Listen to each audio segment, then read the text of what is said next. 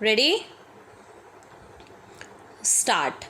Now I come to the question of railway accidents. The Railway Ministry has been for some time now wanting to wash out what they call external inspection. You will remember that on the floor of the house I had asked more than once questions about the government inspectorate, but all sorts of funny arguments were advanced.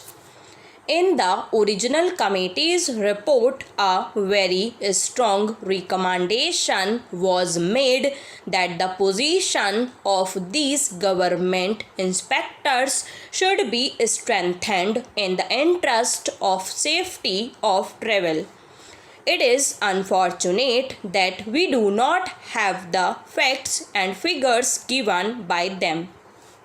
It is very unfair not to let us know what the recommendation is and to withhold from the House the arguments which they have given, the facts and figures which they have given, and the material on which those recommendations are based. That has been withheld. But now the reviewing committee wants not to strengthen the government inspectors, to wash them out as independent units and to bring them back under the control of the railway administration, that they should be a branch of the railway board. There is a very long history behind this.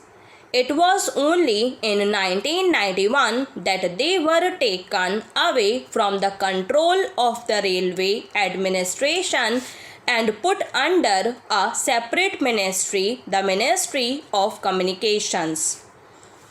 I have gone into the arguments which have been advanced by the reviewing committee, and Mr. Deputy Chairman, I can tear them to pieces. They say that in the present state of affairs, it is impossible for any external inspection to carry out a really sound examination and inspection, but they forget that they are mixing supervision with inspection. The argument that they have advanced is that under a system of external inspection, a real and sound supervision from stage to stage cannot be done. They say that they must have this sort of setup. By all means, let them have it, but external inspection serves a different purpose. I may submit for your information that in 2005, the views of the general managers of all the government railways were taken in the matter, and all the general managers were of the view that the inspectorate must be maintained. Another committee which they appointed, on which some foreign experts also served, went to the extent of advising the railway administration. These inspectors have to criticize the railway board, even the highest officers in the railway administration, and now if they are transferred back, we can imagine the situation. When even the report of a committee which was appointed with the knowledge of Parliament and on which so many persons served is being shelved and suppressed, do you think that any independent inspection notes will ever see the light of the day? They say that in case of major accidents, we can have judicial inquiries. Inspection is one thing and an inquiry into a major accident is another. The inspectorate that exists now is absolutely necessary, and it must be absolutely independent so that it can criticize the railway board or even the highest of the officers, the chief engineer or the general manager of the railway concerned. As for judicial inquiries, if they are necessary, by all means have them. I have been an advocate of it. I have been associated all my life with the judiciary.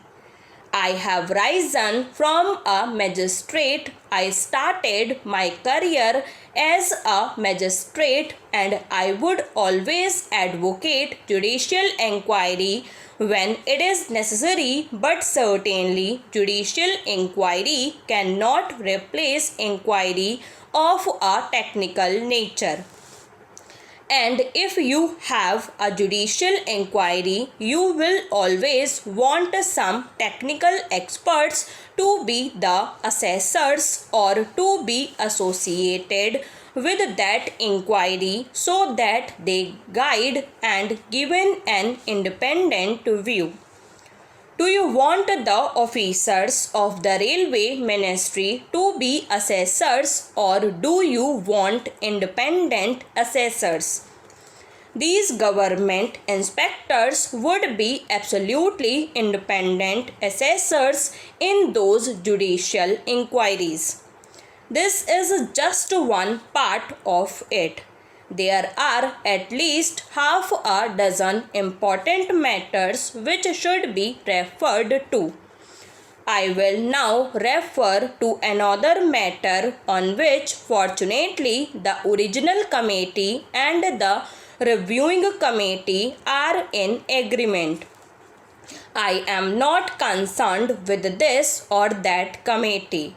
I am concerned only with the safety of travelling, and I very much welcome that there is agreement on some points which I consider to be very important, and that is about the adequate and full supplies of stores essential for safety and good performance. If you read the recommendations of both these committees, you will find that this serious leg has been responsible for a lot of insufficiency for some of the accidents and for keeping our personnel idle for a long time. Even the Shroff committee made a point of it, but the government machinery is such that no progress has been made in this matter, with the result that the efficiency of the railway administration has suffered.